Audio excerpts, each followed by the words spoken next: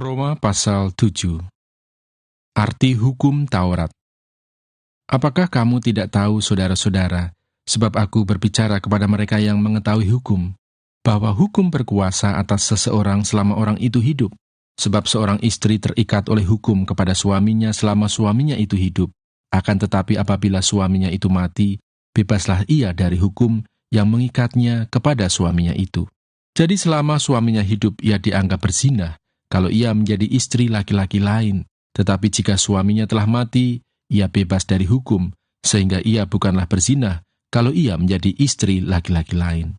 Sebab itu, saudara-saudaraku, kamu juga telah mati bagi hukum Taurat oleh tubuh Kristus, supaya kamu menjadi milik orang lain, yaitu milik Dia yang telah dibangkitkan dari antara orang mati, agar kita berbuah bagi Allah. Sebab waktu kita masih hidup di dalam daging, hawa nafsu dosa yang dirangsang oleh hukum Taurat bekerja dalam anggota-anggota tubuh kita agar kita berbuah bagi maut. Tetapi sekarang kita telah dibebaskan dari hukum Taurat, sebab kita telah mati bagi Dia yang mengurung kita, sehingga kita sekarang melayani dalam keadaan baru menurut roh, dan bukan dalam keadaan lama menurut huruf hukum Taurat. Jika demikian, apakah yang hendak kita katakan? Apakah hukum Taurat itu dosa? Sekali-kali tidak. Sebaliknya, justru oleh hukum Taurat aku telah mengenal dosa, karena aku juga tidak tahu apa itu keinginan, kalau hukum Taurat itu tidak mengatakan, jangan mengingini. Tetapi dalam perintah itu, dosa mendapatkan kesempatan untuk membangkitkan di dalam diriku rupa-rupa keinginan. Sebab tanpa hukum Taurat, dosa mati. Dahulu aku hidup tanpa hukum Taurat, akan tetapi sesudah datang perintah itu, dosa mulai hidup. Sebaliknya aku mati, dan perintah yang seharusnya membawa kepada hidup, ternyata bagiku justru membawa kepada kematian. Sebab dalam perintah itu, dosa mendapat kesempatan untuk menipu aku, dan oleh perintah itu ia membunuh aku. Jadi hukum Taurat adalah kudus, dan perintah itu juga adalah kudus, benar dan baik. Perjuangan hukum Taurat dan dosa. Jika demikian, adakah yang baik itu menjadi kematian bagiku? Sekali-kali tidak, tetapi supaya nyata bahwa ia adalah dosa, maka dosa mempergunakan yang baik untuk mendatangkan kematian bagiku, supaya oleh perintah itu dosa lebih nyata lagi keadaannya sebagai dosa. Sebab kita tahu bahwa hukum Taurat adalah rohani, tetapi aku bersifat daging, terjual di bawah kuasa dosa. Sebab apa yang aku perbuat, aku tidak tahu, karena bukan apa yang aku kehendaki yang aku perbuat, tetapi apa yang aku benci, itulah yang aku perbuat. Jadi jika aku perbuat apa yang tidak aku kehendaki, aku menyetujui bahwa hukum Taurat itu baik. Kalau demikian, bukan aku lagi yang memperbuatnya, tetapi dosa yang ada di dalam aku. Sebab aku tahu bahwa di dalam aku, yaitu di dalam aku sebagai manusia, tidak ada sesuatu yang baik. Sebab kehendak memang ada di dalam aku, tetapi bukan hal berbuat apa yang baik. Sebab bukan apa yang aku kehendaki, yaitu yang baik yang aku perbuat, melainkan apa yang tidak aku kehendaki, yaitu yang jahat yang aku perbuat. Jadi jika aku berbuat apa yang tidak aku kehendaki, maka bukan lagi aku yang memperbuatnya, tetapi dosa yang diam di dalam aku. Demikianlah aku dapati hukum ini. Jika aku menghendaki berbuat apa yang baik, yang jahat itu ada padaku. Sebab di dalam batinku, aku suka akan hukum Allah. Tetapi di dalam anggota-anggota tubuhku, aku melihat hukum lain yang berjuang melawan hukum akal budiku dan membuat aku menjadi tawanan hukum dosa yang ada di dalam anggota-anggota tubuhku. Aku manusia celaka. Siapakah yang akan melepaskan aku dari tubuh maut ini? Syukur kepada Allah, oleh Yesus Kristus Tuhan kita. Jadi dengan akal budiku, aku melayani hukum Allah, tetapi dengan tubuh insaniku, aku melayani hukum dosa. Roma pasal 8. Hidup oleh roh. Demikianlah sekarang tidak ada penghukuman bagi mereka yang ada di dalam Kristus Yesus. Roh yang memberi hidup telah memerdekakan kamu dalam Kristus dari hukum dosa dan hukum maut. Sebab apa yang tidak mungkin dilakukan hukum Taurat karena tak berdaya oleh daging, telah dilakukan oleh Allah. Dengan jalan mengutus anaknya sendiri dalam daging, yang serupa dengan daging yang dikuasai dosa karena dosa, Ia telah menjatuhkan hukuman atas dosa di dalam daging, supaya tuntutan hukum Taurat digenapi di dalam kita yang tidak hidup menurut daging, tetapi menurut roh. Sebab mereka yang hidup menurut daging memikirkan hal-hal yang dari daging. Mereka yang hidup menurut roh memikirkan hal-hal yang dari roh. Karena keinginan daging adalah maut, tetapi keinginan roh adalah hidup dan damai sejahtera. Sebab keinginan daging adalah perseteruan terhadap Allah, karena ia tidak takluk kepada hukum Allah. Hal ini memang tidak mungkin baginya. Mereka yang hidup dalam daging tidak mungkin berkenan kepada Allah. Tetapi kamu tidak hidup dalam daging, melainkan dalam roh, jika memang roh Allah diam di dalam kamu. Tetapi jika orang tidak memiliki roh Kristus, ia bukan milik Kristus. Tetapi jika Kristus ada di dalam kamu, maka tubuh memang mati karena dosa, tetapi roh adalah kehidupan oleh karena kebenaran. Dan jika roh Dia yang telah membangkitkan Yesus dari antara orang mati diam di dalam kamu, maka Ia yang telah membangkitkan Kristus Yesus dari antara orang mati akan menghidupkan juga tubuhmu yang fana itu oleh roh-Nya yang diam di dalam kamu. Jadi saudara-saudara, kita adalah orang berhutang, tetapi bukan kepada daging, supaya hidup menurut daging. Sebab jika kamu hidup menurut daging, kamu akan mati. Tetapi jika oleh roh, kamu mematikan perbuatan-perbuatan tubuhmu, kamu akan hidup. Semua orang yang dipimpin roh Allah adalah anak Allah. Sebab kamu tidak menerima roh perbudakan yang membuat kamu menjadi takut lagi, tetapi kamu telah menerima roh yang menjadikan kamu anak Allah. Oleh roh itu kita berseru, "Ya Aba, ya Bapa."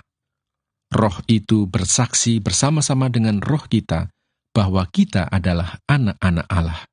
Dan jika kita adalah anak, maka kita juga adalah ahli waris. Maksudnya orang-orang yang berhak menerima janji-janji Allah yang akan menerimanya bersama-sama dengan Kristus, yaitu jika kita menderita bersama-sama dengan Dia, supaya kita juga dipermuliakan bersama-sama dengan Dia. Pengharapan anak-anak Allah. Sebab aku yakin bahwa penderitaan zaman sekarang ini tidak dapat dibandingkan dengan kemuliaan yang akan dinyatakan kepada kita. Sebab dengan sangat rindu seluruh makhluk menantikan saat anak-anak Allah dinyatakan. Karena seluruh makhluk telah ditaklukkan kepada kesia-siaan, bukan oleh kehendaknya sendiri, tetapi oleh kehendak Dia yang telah menaklukkannya, tetapi dalam pengharapan, karena makhluk itu sendiri juga akan dimerdekakan dari perbudakan kebinasaan dan masuk ke dalam kemerdekaan kemuliaan anak-anak Allah. Sebab kita tahu bahwa sampai sekarang segala makhluk sama-sama mengeluh dan sama-sama merasa sakit bersalin. Dan bukan hanya mereka saja, tetapi kita yang telah menerima karunia sulung roh, kita juga mengeluh dalam hati kita sambil menantikan pengangkatan sebagai anak, yaitu pembebasan tubuh kita. Sebab kita telah diselamatkan dalam pengharapan. Tetapi pengharapan yang dilihat bukan pengharapan lagi, sebab bagaimana orang masih mengharapkan apa yang dilihatnya. Tetapi jika kita mengharapkan apa yang tidak kita lihat, kita menantikannya dengan tekun. Demikian juga roh membantu kita dalam kelemahan kita, sebab kita tidak tahu bagaimana sebenarnya harus berdoa, tetapi roh sendiri berdoa untuk kita kepada Allah dengan keluhan-keluhan yang tidak terucapkan. Dan Allah yang menyelidiki hati nurani mengetahui maksud roh itu, yaitu bahwa Ia, sesuai dengan kehendak Allah, berdoa untuk orang-orang kudus. Kita tahu sekarang bahwa Allah turut bekerja dalam segala sesuatu untuk mendatangkan kebaikan bagi mereka yang mengasihi Dia, yaitu bagi mereka yang terpanggil sesuai dengan rencana Allah. Sebab semua orang yang dipilihnya dari semula, mereka juga ditentukannya dari semula untuk menjadi serupa dengan gambaran anaknya, supaya Ia, anaknya itu, menjadi yang sulung di antara banyak saudara. Dan mereka yang ditentukannya dari semula, mereka itu juga dipanggilnya. Dan mereka yang dipanggilnya, mereka itu juga dibenarkannya. Dan mereka yang dibenarkannya, mereka itu juga dimuliakannya. Keyakinan iman. Sebab itu, apakah yang akan kita katakan tentang semuanya itu? Jika Allah di pihak kita, siapakah yang akan melawan kita? Ia yang tidak menyayangkan anaknya sendiri, tetapi yang menyerahkannya bagi kita semua, bagaimanakah mungkin Ia tidak mengaruniakan segala sesuatu kepada kita bersama-sama dengan Dia? siapakah yang akan menggugat orang-orang pilihan Allah? Allah yang membenarkan mereka. Siapakah yang akan menghukum mereka? Kristus Yesus yang telah mati, bahkan lebih lagi, yang telah bangkit, yang juga duduk di sebelah kanan Allah, yang malah menjadi pembela bagi kita. Siapakah yang akan memisahkan kita dari kasih Kristus? Penindasan atau kesesakan atau penganiayaan atau kelaparan atau ketelanjangan atau bahaya atau pedang, seperti ada tertulis. Oleh karena engkau kami ada dalam bahaya maut sepanjang hari, kami telah dianggap sebagai domba-domba sembelihan. Tetapi dalam semuanya itu, kita lebih daripada orang-orang yang menang, oleh Dia yang telah mengasihi kita.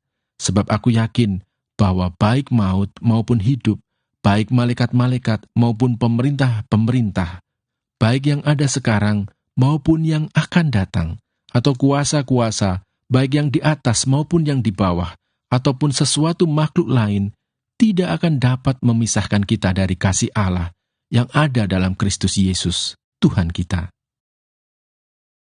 Roma pasal 9.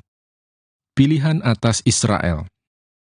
Aku mengatakan kebenaran dalam Kristus, aku tidak berdusta.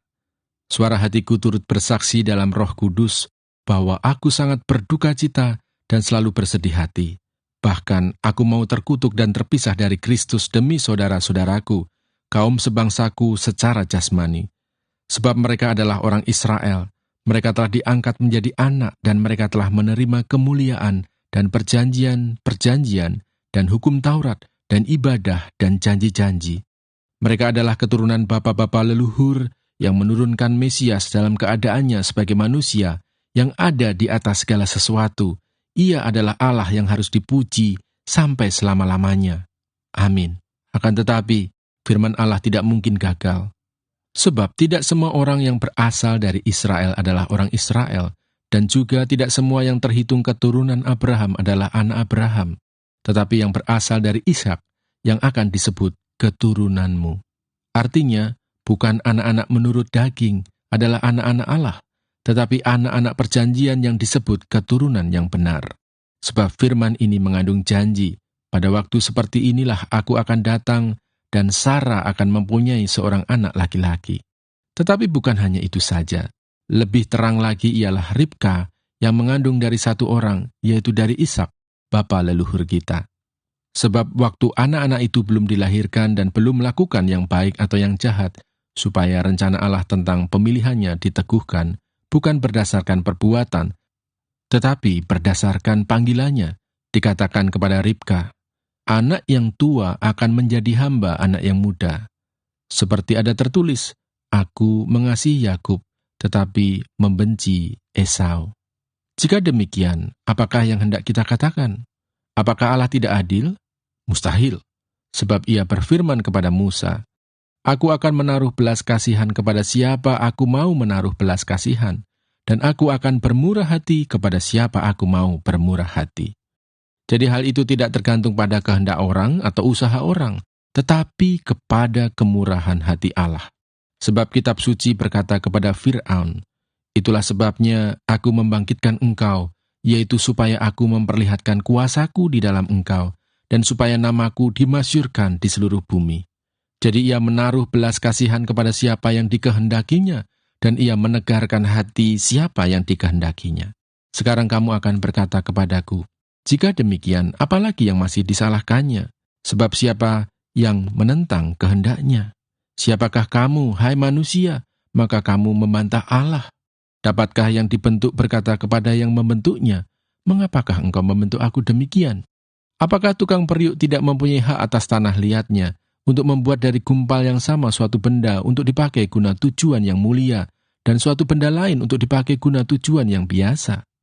Jadi, kalau untuk menunjukkan murkanya dan menyatakan kuasanya, Allah menaruh kesabaran yang besar terhadap benda-benda kemurkaannya yang telah disiapkan untuk kebinasaan, justru untuk menyatakan kekayaan kemuliaannya atas benda-benda belas kasihannya yang telah dipersiapkannya untuk kemuliaan, yaitu kita yang telah dipanggilnya bukan hanya dari antara orang Yahudi, tetapi juga dari antara bangsa-bangsa lain, seperti yang difirmankannya juga dalam kitab Nabi Hosea.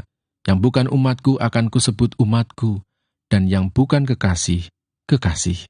Dan di tempat di mana akan dikatakan kepada mereka, kamu ini bukanlah umatku, di sana akan dikatakan kepada mereka, anak-anak Allah yang hidup. Dan Yesaya berseru tentang Israel, sekalipun jumlah anak Israel seperti pasir di laut, namun hanya sisanya akan diselamatkan. Sebab apa yang telah difirmankannya akan dilakukan Tuhan di atas bumi, sempurna dan segera. Dan seperti yang dikatakan Yesaya sebelumnya, seandainya Tuhan semesta alam tidak meninggalkan pada kita keturunan, kita sudah menjadi seperti Sodom dan sama seperti Gomora. Keselamatan bangsa-bangsa lain dan kesesatan orang Israel. Jika demikian, apakah yang hendak kita katakan? Ini, bahwa bangsa-bangsa lain yang tidak mengejar kebenaran telah beroleh kebenaran, yaitu kebenaran karena iman. Tetapi bahwa Israel sungguh pun mengejar hukum yang akan mendatangkan kebenaran, tidaklah sampai kepada hukum itu. Mengapa tidak? Karena Israel mengejarnya bukan karena iman, tetapi karena perbuatan. Mereka tersandung pada batu sandungan, seperti ada tertulis, sesungguhnya aku meletakkan di Sion sebuah batu sentuhan dan sebuah batu sandungan. Dan siapa yang percaya kepadanya tidak akan dipermalukan.